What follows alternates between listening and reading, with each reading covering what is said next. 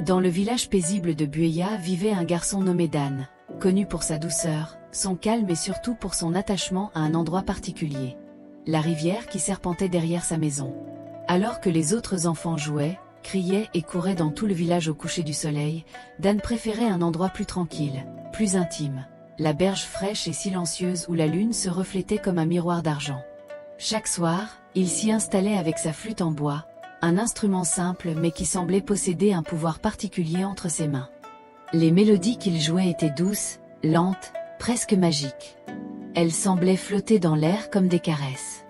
Les anciens du village disaient en plaisantant que même les étoiles s'arrêtaient de scintiller pour mieux écouter. Pour Dan, la rivière n'était pas qu'un lieu.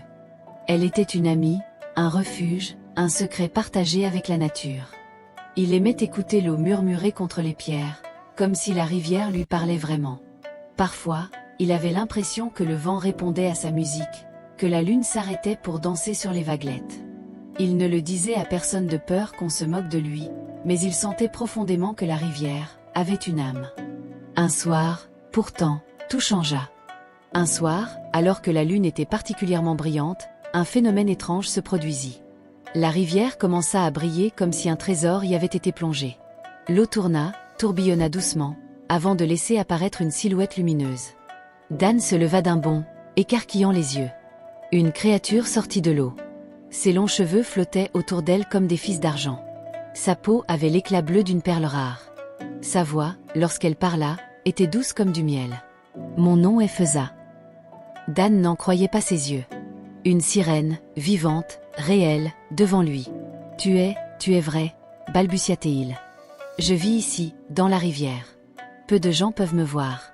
Mais toi, tu le peux. » Feza lui expliqua qu'elle avait été très malade, condamnée à disparaître. Une ancienne prophétie disait qu'un enfant au cœur pur jouerait la mélodie de guérison, celle qui résonnerait jusque dans les profondeurs du royaume des eaux. Cette mélodie, c'était celle de Dan. Sans le savoir, il avait sauvé une sirène.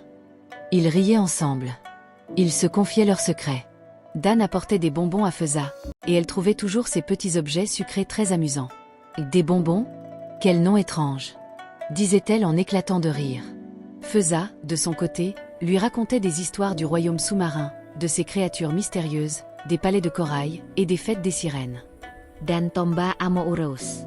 Feza, elle, gardait une tendresse profonde pour lui, mais savait que leur monde était différent. Pourtant, Dan promet.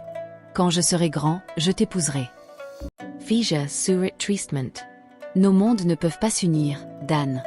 Je suis un esprit de la rivière. Mais tu peux me garder dans ton cœur. Les jours devinrent des semaines, les semaines des mois, les mois des années.